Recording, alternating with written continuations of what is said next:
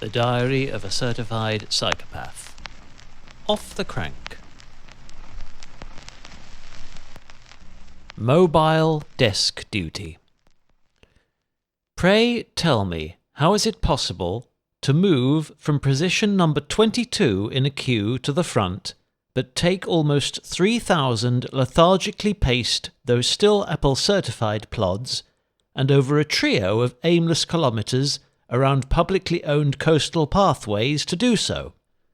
Surely such sloth-paced progress could only be possible when one is compelled to patiently wait their turn in those unflinching pedestrian tailbacks that were once an archetypal and unanimously loathed aspect of Britain's national post offices,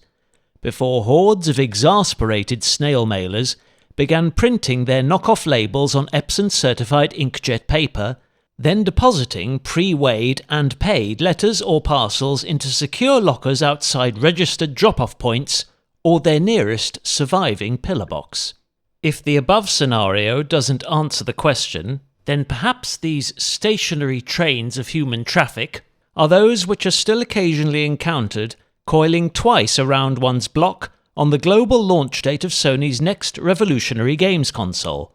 barely a day after its legions of trend-touting gadget files have camped rough mere yards down the road outside one of Apple's eternally brand-conscious community centres to swipe their 25th consecutive iPhone Pro Max.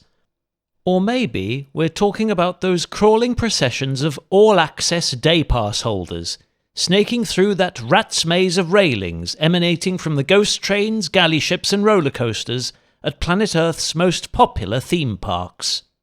No. In this instance, the queue I reference was one of a telephonic variety,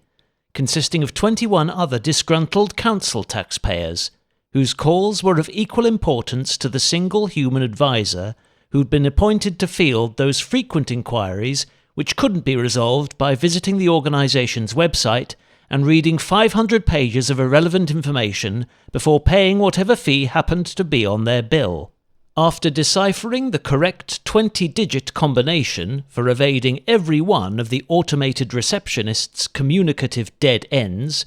the usual looped sample of instrumental elevator music commenced, imploring that I hold out until a mortal assistant was available to address my cry for help. Half the length of Shoreham Beach's sun-bleached boardwalk had crawled beneath my shuffling feet, followed by a languid return trek along the harbour's receding backwater, before the account department's sole overworked staff member intercepted, and immediately claimed they could barely hear my garbled introduction over the roaring gusts of a resurgent southwesterly alliance. To their hard-toiled credit, this attentive and helpful representative remained on the line for more than 30 minutes after the office's formal closing time, and ensured my passionate appeal for a retrospective single residence discount was escalated to the appropriate special team. Sundry Sunday. Whenever life's loose ends leave your idle thumbs and itchy limbs twitching, it is imperative that you take purposeful action, not in subservient response to a succession of autonomous move orders, chimed and buzzed by one in a synergy of ultra-smart activity tracking devices, whose competing fitness platforms insist that it is their magic rings and rising bars which most accurately represent the precise degree of moderately intense exercise one should regularly undertake to delay the mortal aging process and minimise any needless risks to their physical health.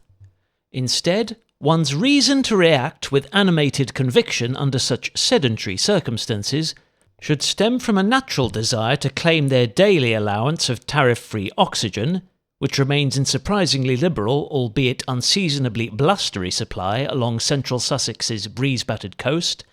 and nullify the troubling notion that these loose ends might eventually develop into permanent knots if you simply sat and allowed fate's fickle hands to tie down free will's feet,